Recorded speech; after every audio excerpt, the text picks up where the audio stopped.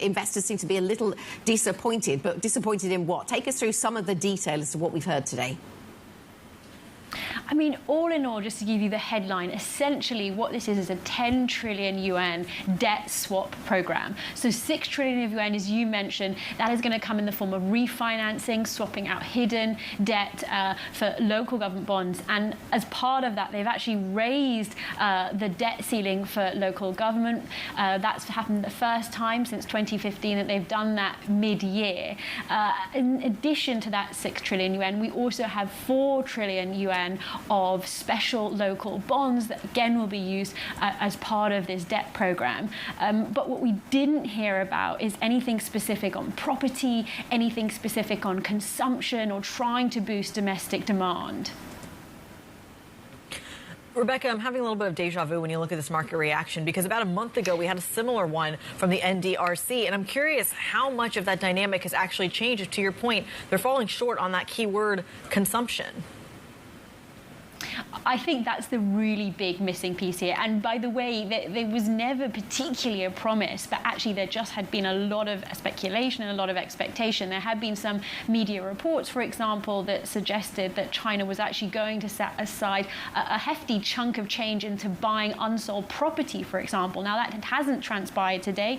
Perhaps you can kind of link that to some of the commodities declines that we've seen in markets too. And so, again, there was also this bet that if we saw a Trump victory, that Beijing would turn and sort of have its hand forced into trying to introduce more support, particularly focusing around restoring domestic consumption. Is it just too early? Are they keeping their powder dry? Are they just waiting to see whether 60% tariffs just turn up? Is that the strategy here?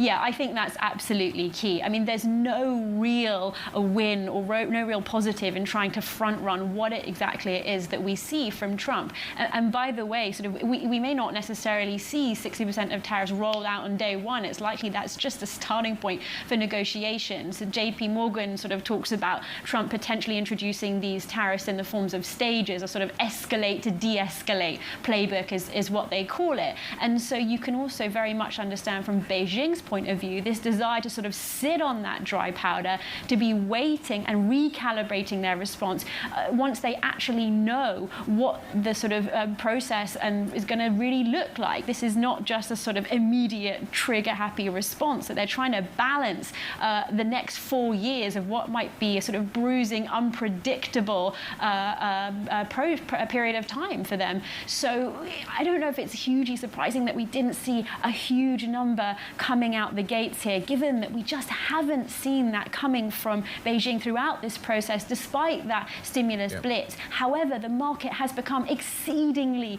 momentum driven, and so that's why we see such reactivity here.